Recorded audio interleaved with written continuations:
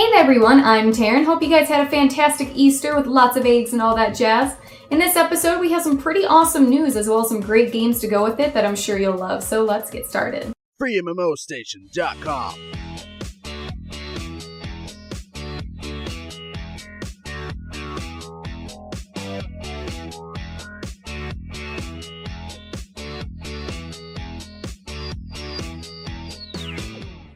Free to play unlimited. By now, most of you should know what Black Desert is about. The second Korean closed beta is coming and... Can't you guys just smell the anticipation?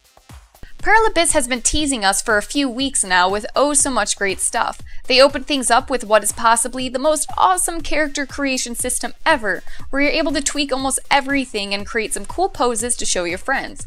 A few days later, we got a new video showing the improved action combat with optional seizure-inducing camera shaking. After that is a video with a lot of features, including cow milking. You know, a game that features a cow milking minigame definitely has it all. The fourth video showcased the power of formations in battle and how different positions give different boosts to the characters. No need for us to tell you how much we want to play this game. Good news is that we'll all be joining the Korean beta. We plan on bringing you a lot of gameplay videos on this great MMORPG, so stick around. DayZ isn't the only zombie game to look out for anymore. Sony Online has its own post-apocalyptic survival MMO in the works. H1Z1 is the name of this game, and it runs on the Forge-like engine, same as PlanetSide 2 and EverQuest Next. It is a free-to-play persistent sandbox MMORPG that is set in Middle America 15 years after the H1Z1 virus has devastated mankind and left nothing but death and destruction, resulting in a zombie outbreak. Players are free to start off anywhere on the map and set off exploring the seamless cities and desolate wide open places, gathering resources, building shelters, and even huge fortresses to protect them from frequent danger, including wild animals, the infected, and the most feared of all, other players. DayZ, right? Crafting is said to be extremely in-depth, and players are able to create many weapons, including Molotov cocktails and other explosives. There will be trading, social features, multiplayer vehicles, and emergent gameplay that can result in many different approaches to the game world. There are no skills or leveling since the game is freeform. H1Z1 will be released for PC first, then PlayStation 4 later. The PC version will be accessible via Steam Early Access in a few weeks for $20. Were you anticipating the Vampire Simulator World of Darkness? Well, sorry to break it to you, but it's been cancelled. The World of Darkness MMORPG in development at CCP Games, the EVE Online makers, was cancelled the past week after many years of what we would call development hell or close enough. As a result, 56 jobs were lost at the Atlanta studio. World of Darkness was announced way back in November 2006. In the following years, it was delayed and some people lost their jobs. On April 14, 2014, the game was cancelled, apparently because the studio could not deliver the experience that it aspired to make. Not much of World of Darkness was revealed in the meantime, besides the concept art trailer in 2010 and a short tech demo in 2012. Minimum, the Now It's Here, Now It's Not shooter, announced back on April 2013, is surprisingly about to launch.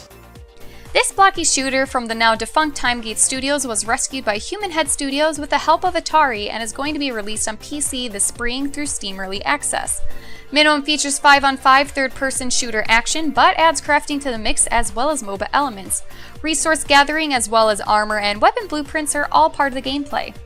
The most interesting part is the Titan that each team has at its disposal, a huge robot that is powered by your team's creep farming abilities.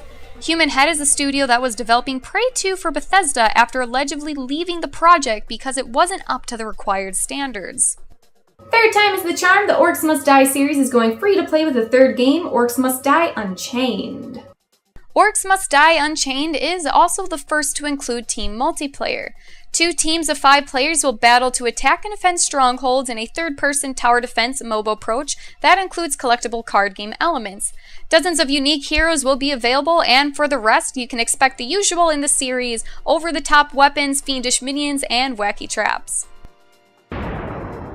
The last couple of days we've had a couple of completely opposed first looks, the MOBA Magicka and the MMORPG Order of Magic. Graphics are crisp, colorful, and clean, one of the factors why League of Legends is such a popular sport to watch, and the animations for the spells are nowhere near shabby. But on a note about customization, you can purchase items from the shop to change how your character looks, and this is how the game will be making its money. It's just aesthetic, so don't worry. They are using a web-based gaming system called cloud gaming from Kalido. From the Kalido website, headquartered in Eindhoven, the Netherlands, Kalido was founded in 2006 with a strong, innovative vision. This cartoonish fantasy MMO isn't exactly new because it was released a couple years ago under a different name. Set in a mystical land, this is a family-friendly MMO that could please fans of Wizard 101. The first one to write the answer in the comments will see his or her name featured in the next free-to-play Unlimited episode.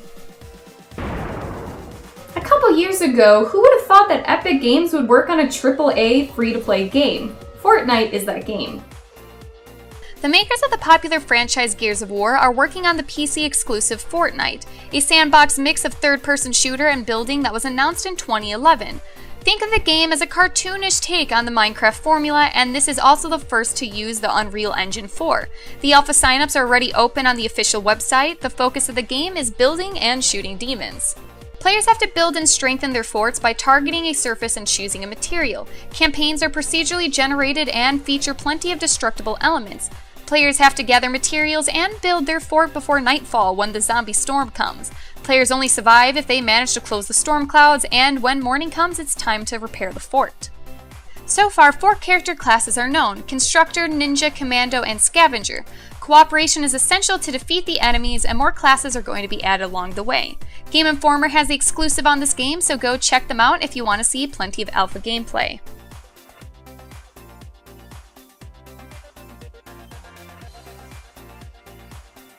Holy shnikes, guys, breaking news. Survarium, the free-to-play post-apocalyptic MMO shooter, is going to be having an open beta this April 25th, and it's only going to be for 24 hours. I am going to be there, so you guys should be there, so don't forget it. Alright, my sweetlings, that's it for this week. I hope you guys enjoyed the show. Make sure to stay tuned next time, and I'll see you guys then. Bye! Fear power! By now, most of you know what black... Focus, camera, focus. Focus. I know you wanna. I know you... Oh, seriously, make me a jackass. I fucking hate you, camera. Ladies and gentlemen, DayZ isn't the only zombie survival game you should be looking out for. Sony... Online. DayZ isn't the only zombie game to keep an eye out for anymore. Sony Online has its own survival...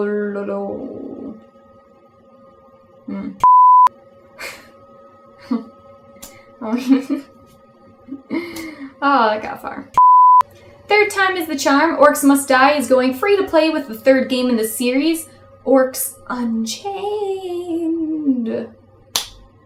Get it? Kratos has chained it.